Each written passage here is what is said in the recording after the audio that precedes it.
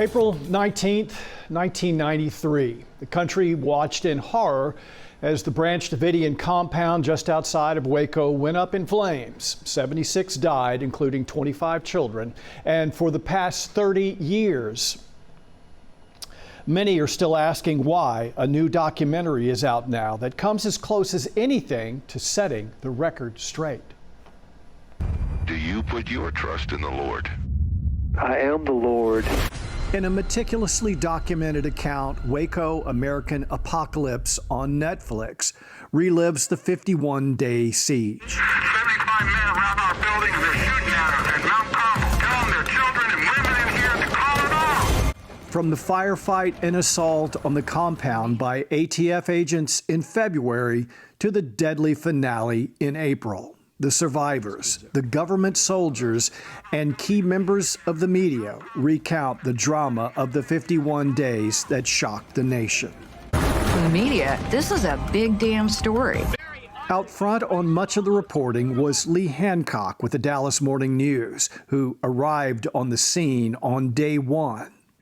You know, it was a very volatile and fluid situation, and just trying to figure out even the basics of who shot who, how did this go wrong, why would this gunfight erupt, and, you know, what next? What was next? No one seemed sure. From the calm and steady attempt by negotiators to the grizzled sniper ready to end it quickly. I pull the trigger, the leader's dead. The kids are safe. They all come out. It's over. For the next 50 days, David Koresh engaged federal agents in a high-stakes game of Hold'em that ended on April 19th, when lead agents decided they had had enough.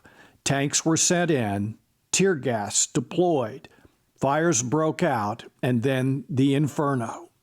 The FBI weren't supposed to do things like this. This was the good guys, and how could they have done that?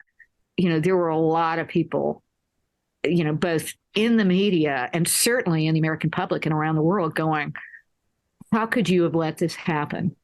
By telling this story and retelling it, we begin to digest our own history.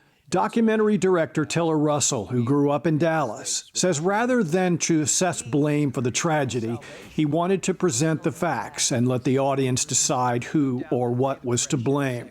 But one thing became clear during his 18 months of production, one recurring theme. The Davidians had a hard time communicating what they wanted to communicate. Within the FBI, there were these divisions. And so that's, I think, the kind of defining theme of Waco is this profound failure to communicate. Hancock agrees. The bottom line was this: 75 Davidians and children should not have died that day. That lack of communication, and try for something different. Negotiators tried. I think we in the media tried to the extent we could.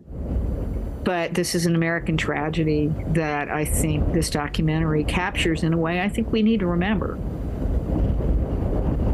Thanks for watching our YouTube channel. For more refreshing stories about your community, click the subscribe button over here.